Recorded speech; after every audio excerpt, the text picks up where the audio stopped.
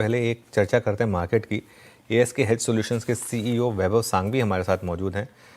उनसे जानते हैं कि इस समय मार्केट में क्या व्यू रहेगा। आप वैभव जी रिस्क एडजस्टेड रिटर्न्स में काफ़ी अच्छी पकड़ रखते हैं, उनसे समझते हैं इस समय मार्केट में रिस्क रिवॉर्ड बैठ क्या रहा है।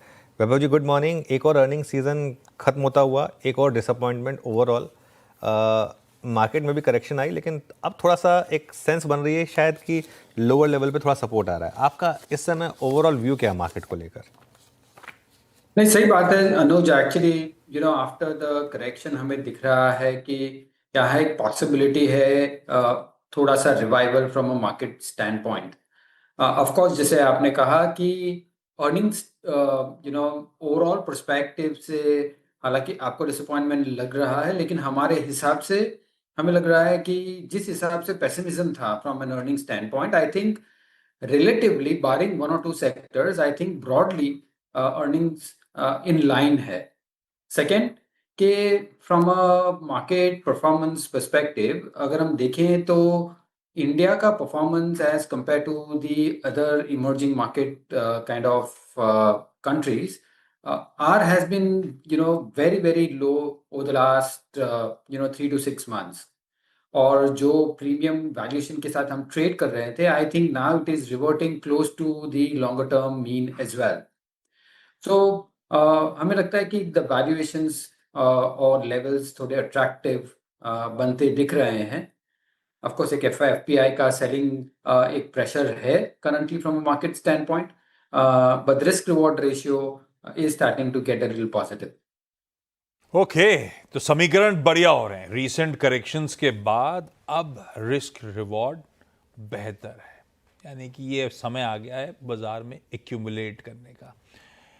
कई लोग, अच्छा वैल्यूएशन को लेकर अलग अलग मापदंड होते हैं सबके, लेकिन कई लोग कह रहे हैं एवरेजेस के पास वैल्यूएशन आ रहे हैं तो शायद वो भी कंफर्ट आ रहा हो। और वैभव सर कह ही रहे हैं, नतीजों में आप बहुत पेसिमिज्म के साथ गए थे, उतने खराब इंडिया इंक का परफॉर्मेंस नहीं रहा। ऐसे में वैभव सर, क्लियर है आपके आंसर से कि आप इस समय एग्रेसिवली निबलिंग तो कर ही रहे हो। जब निबल कर रहे हो तो कौन सी थीम्स हैं जिसपे ज़्यादा कन्विक्शन राइट कर रहा है? और एक सवाल मैं हमेशा सबसे जानना चाहता हूँ, जब ऐसे सोचते हैं ना आगे की थीम्स, तो जहन में आता है एक एआई बड़ी इंटरेस्टिंग, डेटा सेंटर्स बड़ा इंटरेस्टिंग। आप लोग आस्क में इन थीम्स को प्ले करने के लिए कौन सी व्हीकल्स का इस्तेमाल कर रहे हो? I think first of all कि कौन सी थीम्स अभी हम प्ले कर रहे हैं, and then to your second question about AI related stuff. Currently हमारे हिसाब से हमारा फोकस फाइनेंशियल सर्विसेज पे है, हमारा फोकस है इंडस्ट्रियल्स पे, और हमारा फोकस है to some extent from a consumption perspective.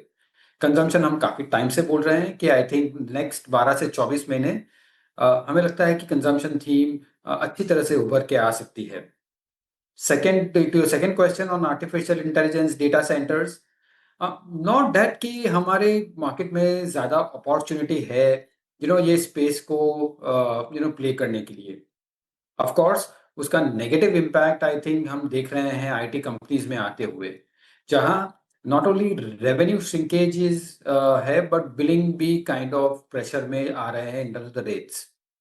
सो काफ़ी करेक्शन हुआ है from an IT stocks perspective, but at this point in time also we are not kind of looking for bargain buying in that sector specifically। हमारा view यहाँ भी अभी भी फिलहाल constructive नहीं हो पा रहा है।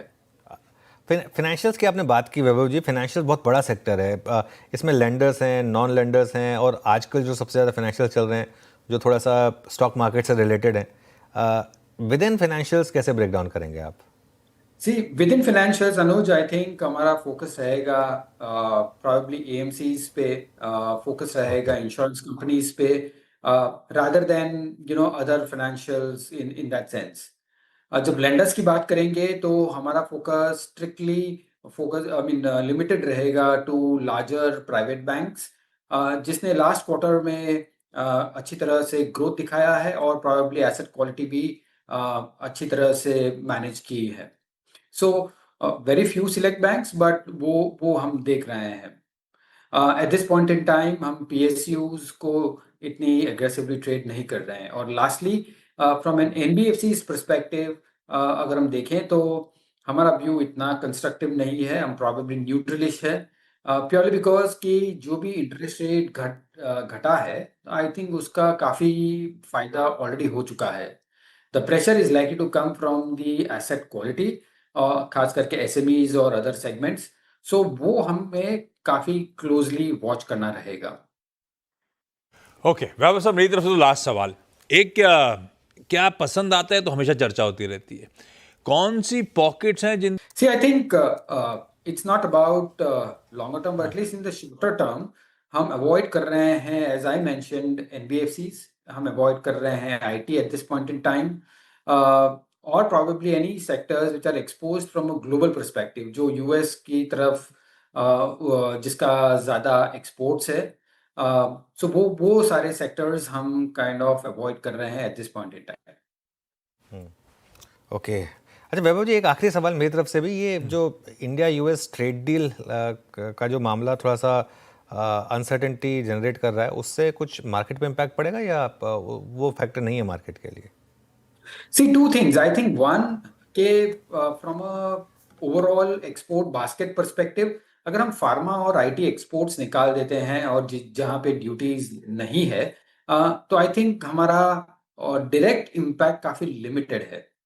But I think from a broader relationship perspective, I think थोड़ा direct indirect impact on the capital flows भी हो रहा है, right? So I think it is in the interest of both the largest democracies to kind of get to a trade deal or probably into some arrangement.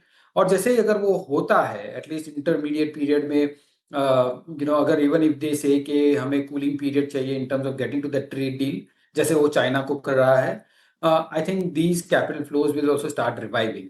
So both direct impact and an indirect impact has to be watched, pretty closely.